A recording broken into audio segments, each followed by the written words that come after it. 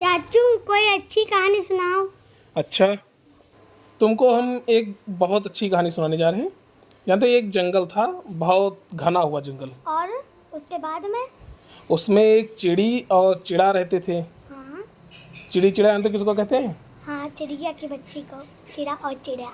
चिड़ी और चिड़ा चिड़िया को बोलते हैं। हाँ और वो दोनों घोंसला बनाकर बहुत खुश थे हाँ और खुशी खुशी रहते थे। हाँ एक बार क्या हुआ कि सर्दी का मौसम आया और बहुत ठंडी हवा चली। हाँ और ठंडी हवा चल रही थी, बूंदाबांदी भी हल्की फुल्की हो रही थी। हाँ तभी उनकी डाल पे एक बंदर आया हाँ और वो आकर उनकी डाल पे बैठ गया। हाँ और वो ठंड के मारे कांप रहा था। हाँ उसके दांत से कटकटाने की आवाज़ आ रही थी। हाँ, क्यों कटकटाने की आवाज़ आ रही थी? क्योंकि ठंडी की वजह से नहीं। हाँ, उसको ठंडा लगा हुआ था। फिर चिड़िया की आदत थी ज़्यादा बोलने की। हाँ उसने बोला बंदर से कि तुम कौन हो, हाँ तुम्हारा चेहरा तो आदमी के जैसा है। हाँ तो बंदर बोला हाँ। हाँ तो चिड़िया बोली तो फिर तुम इतने कांप क्यों रही हो? क्योंकि तुम आदमी के जैसे हो, दिखते हो, तुम्हारे हाथ पैर भी हैं, तो तुम भी घर बना के रहो। हाँ तो इस पे बंदर बोला, अरे तुम चुप नहीं रहती क्या? हाँ तो बंदर ने उसको डांट दिया हाँ कि तुम अपना काम करो, मेरा उपहास क्यों करती हो। हाँ चिड़िया कुछ देर चुप रही, उसके बाद वो फिर बोलने लगी। हाँ ठीक, क्योंकि चिड़िया की आदत होती है, वो कुछ थोड़ा थोड़ा कुछ कुछ देर में बोलते रहते हैं। हाँ ठीक, इससे वो बंदर चिढ़ गया उनसे। हाँ चिड़िया क्योंकि उसको एक बार बोली, दो बार बोली, और बंदर चिढ़ गया और क्रोध में आकर उसने चिड़िया के घोंसले को तोड़ दिया। हाँ तोड़ दिया, जिसमें चिड़ी और चिड़ा सुखी से रहते थे। हाँ अब इस कहानी से क्या सीख मिलती है जानते हो? पता है क्या सीख मिलती है? नहीं। देखो, इस कहानी से ये सीख मिलती है कि हर किसी को उपदेश नहीं देना चाहिए। ठीक, क्योंकि बुद्धिमान को दी हुई शिक्षा का फल होता है और मूर्ख को दी हुई शिक्षा का फल कई बार उल्टा होता है। तो इसीलिए सलाह उसी को दिया जाता है जो तुमसे पूछे। अगर तुम किसी को बिना पूछे एक बार सलाह देते हो, अगर वो तुम्हारा मानता है तो ठीक है, अगर वो नहीं मानता है तो उसको बार बार सलाह या उपदेश नहीं देना चाहिए। चाचू अब कोई और अच्छा कहानी सुनाओ। अच्छा, चलो तुमको एक राजा की कहानी सुनाते हैं और उसके मंत्री की। ओके। ठीक है। एक बार क्या हुआ कि महाराजा कृष्णदेव राय ने सुना कि उनके नगर में चूहों का आतंक फैला हुआ है। हाँ उनके राज्य में बहुत सारे चूहे हो गए हैं, जिनकी वजह से उनके अनाज को नुकसान कर रहे हैं। हाँ ठीक, अब राजा इससे बहुत परेशान थे। ओके। तो उन्होंने क्या निर्णय लिया कि हर घर में एक बिल्ली को पाल लिया जाए। बिल्लियाँ बिल्ली को नहीं। वही बिल्लियाँ कहते हैं, कई बिल्ली हो गई तो बिल्लियाँ हो गई। हाँ तो सबको एक एक बिल्ली दी जाए। हाँ तो उस पर मंत्री बोले सरकार बिल्ली दी जाएगी, उसके साथ उनको बिल्ली को खिलाने के लिए। तो बोले बिल्ली को खिलाने के लिए एक एक गाय और एक बिल्ली हाँ हर घर में पहुंचा दिया जाए। हाँ ढिंडोरा पीट दो कि सब लोग आके लाइन में लग जाएं और सबको एक बिल्ली और एक गाय दी जाएगी, हाँ जिससे कि वो चूहों से छुटकारा पा सकें। हाँ तो राजा ने आदेश दिया और सैनिक गए नगर में, उन्होंने ढिंडोरा पीट दिया।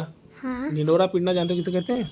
हम्म, ढिंडोरा पीटना कहते हैं, पहले एक ढोल लेकर जाते थे, ढोल को बजाते थे नगर में, सब लोग इकट्ठा हो जाते थे, फिर सबको बताया जाता था कि राजा ने क्या आदेश दिया है।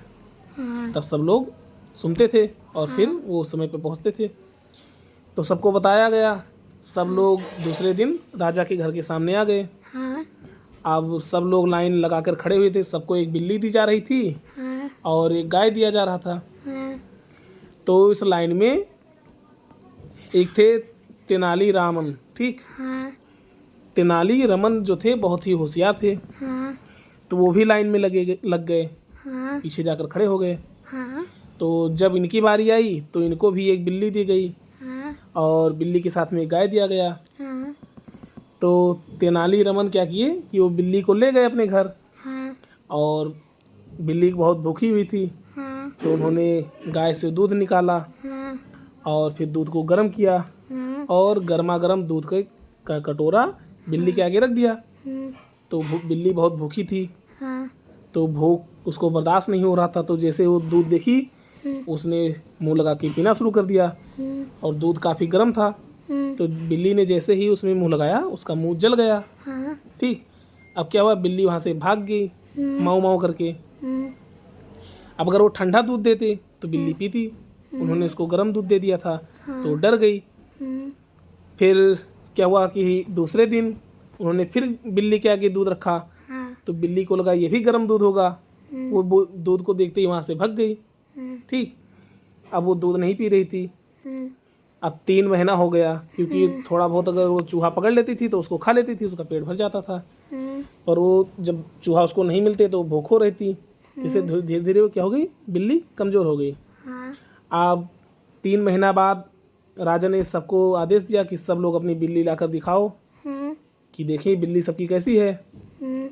तो सब लोग अपनी बिल्ली लेकर पहुंच गए राजा के पास। तो सबकी बिल्ली क्या थी, मोटी तगड़ी थी। ठीक, और जब तेनालीराम की बारी आई तो उनकी बिल्ली बिल्कुल सबसे अलग दिख रही थी। क्यों अलग दिख रही थी? क्योंकि वो खाना नहीं पा रही थी, उससे पतली थी वो। हाँ, बहुत दुबली पतली हो गई थी। अब क्या हुआ, राजा जब उस बिल्ली की हालत को देखे तो क्रोधित हो गए, बहुत गुस्से में हो गए। और उन्होंने तुरंत तेनालीरामन को बुलाया, हाजिर होने के लिए आदेश दिया। अब तेनालीरामन जब आए तो उनके सामने वो गरज पड़े राजा कि तुमने बिल्ली का क्या हाल कर दिया है, क्या तुम इसको दूध नहीं पिलाते थे? तो तेनालीरामन ने बोला कि नहीं सरकार, हम तो इसको दूध पिलाते हैं पर ये बिल्ली पीती ही नहीं है। तो महाराज ने बोला कि ये सब बातों पे मैं विश्वास नहीं करने वाला हूँ, तुम झूठ बोल रहे हो। बिल्ली दूध क्यों नहीं पीती है? सबकी बिल्ली दूध पी रही है, सबकी बिल्ली मोटी हो गई, तुम्हारी बिल्ली क्यों पतली हो गई? मैं तुम्हारी झूठी बातों पे नहीं आने वाला। ठीक, तो राजा ने तुरंत सच जानने के लिए कहा कि ठीक है, तुम बिल्ली को अपने इस तरफ बैठाओ और हम देखते हैं कि बिल्ली कैसी तुम्हारी दूध नहीं पीती है। अब क्या हुआ कि राजा ने आदेश दिया, बिल्ली के सामने एक कटोरा दूध लाके रखा गया।